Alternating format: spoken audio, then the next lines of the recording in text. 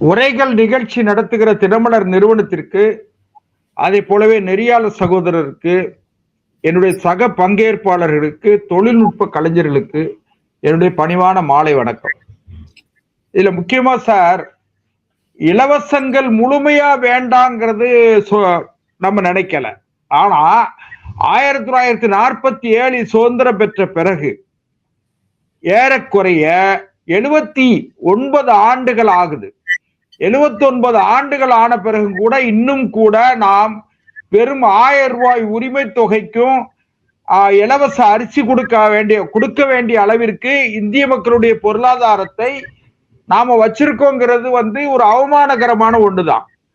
ரெண்டாவது, இந்த வழக்கு இப்போ நம்ம இந்த தலைப்பு வைக்க வேண்டிய அவசியம் ஏன் ஏற்பட்டிருக்குன்னா, தமிழ்நாட்டை சார்ந்த ஒரு விவசாயி உச்ச நீதிமன்றத்தில் தொடுத்த வழக்குல தான் இந்த நீதிபதிகள், அதாவது மாண்புமை உச்ச நீதிமன்றத்தினுடைய தலைமை நீதியரசர் அவர்களே சூரியகாந்த் அவர்களும், ஜோய் மால்யா பாட்சி, மிஷில் பாஞ்சோலிங்கிற 3 ஜட்ஜஸ் பெஞ்சு இதை சொல்ல வேண்டிய அவசியம் ஏற்படுதுன்னா, நீங்க ஒரு திட்டத்தை திட்டமிடுகிற பொழுது ஓட்டை மையமாக, வாக்குச்சீட்டை மையமாக வைத்து, வாக்கை அறுவடை செய்வதை மையமாக வைத்து இது நடக்கிற காரணத்தினால இதை சொல்றாங்க. ஏன்னு கேட்டீங்கன்னா, இப்ப மின்சாரம், இலவச மின்சாரம்ங்கிறது எல்லாருக்கும் ஏன் கொடுக்குறீங்க?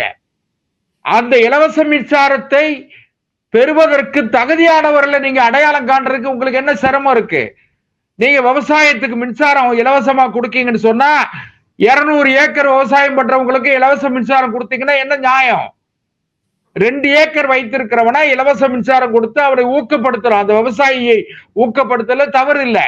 நீங்க இன்னும் ஒரு முக்கியமான குறிப்பு என்னன்னு கேட்டீங்கன்னா, அதுலயே நமக்கு ஸ்லாப் இருக்கு. அதாவது marginal farmer, small farmer, big farmer. அதாவது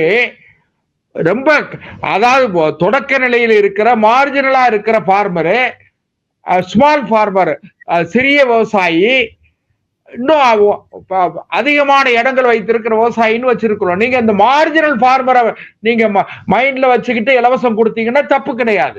ஒரு சின்ன உதாரணத்துக்கு, இப்ப நீங்க தமிழ்நாட்டுல அனைத்து பெண்களுக்கும் இலவச பஸ் பயணம், அனைத்து பெண்களுக்கும் இலவச பஸ் பயணம்னா என்ன அர்த்தம்?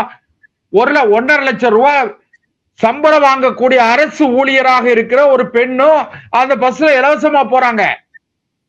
அதுல யார் போகணும்? 10 ரூபாய் கொடுத்து டிக்கெட் எடுக்க முடியாத, பயணச்சீட்டு பெற முடியாத ஏழை பெண்ணு போயிட்டா தப்பு இல்லை. ஆனா 1.5 லட்சம் ரூபாய் சம்பளம் வாங்கக்கூடிய அரசு ஊழியரும் அதுல இலவசமா போறாங்கன்னு சொன்னா இந்த அரசாங்கத்துடைய நிர்வாக தோல்வி, நிர்வாகத்திலுள்ள இருக்கிற தவறுங்கிறது என்னோட குற்றச்சாட்டு.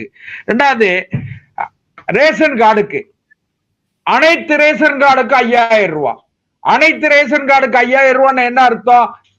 நீங்க தமிழ்நாட்டுல 2.25 லட்சம் 2.25 கோடி ரேஷன் கார்டு இருக்கிறதாக கணக்கிடப்பட்டிருக்கு. அந்த 2.25 கோடி ரேஷன் கார்டுக்கும் நீங்க இலவசமா 5000 ரூபாய் கேட்டா உரிமை தொகைன்னு சொல்றீங்க. இது எவ்வளவு பெரிய பித்தலாட்டத்தனமானது. உரிமை தொகை நீங்க மாசம் 1000 ரூபாய் கொடுக்கறவங்க, இந்த தேர்தல் நெருக்கமா இருக்கிறதுனால என்ன ஆகுது? கோடை காலத்துக்கான ரூபாய் 2000 சேர்த்து 3 மாத உரிமை 3 மாத தொகையும், அத கோடை காலத்துக்காக 2000 ரூபாய் சேர்த்து 5000 ரூபான்னு கொடுக்குறீங்க. அப்போ 2.5 கோடி இது என்ன ரேஷன் கார்டுக்கும் குடிமை பொருள் அட்டை வைத்திருக்கிற 2.5 கோடி பேருக்கு நீங்க கொடுத்தீங்கன்னு சொன்னா அதுவே என்னாச்சு? 11,500 கோடி ரூபாய் அந்த பணம் போயிருது. அப்ப நீங்க அந்த அரசாங்கத்திற்கு திட்டமிட தெரியல. தகுதி உள்ளவர்களுக்கு சொல்லுங்க, நியாயம் இருக்கு.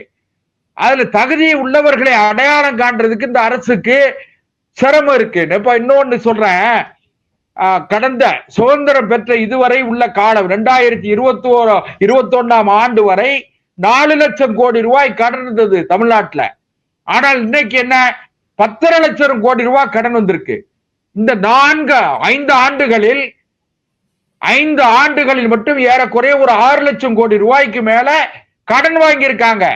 கடனுக்கான வட்டி தொகை ஒவ்வொரு குடும்பத்தை சொல்லுங்க சார். உங்க கேள்வியை நான் அப்படியே சோமு சார்ட்ட வைக்க விரும்புறேன் சார். ஒரு இதோட முடிச்சிடுறேன். இதுல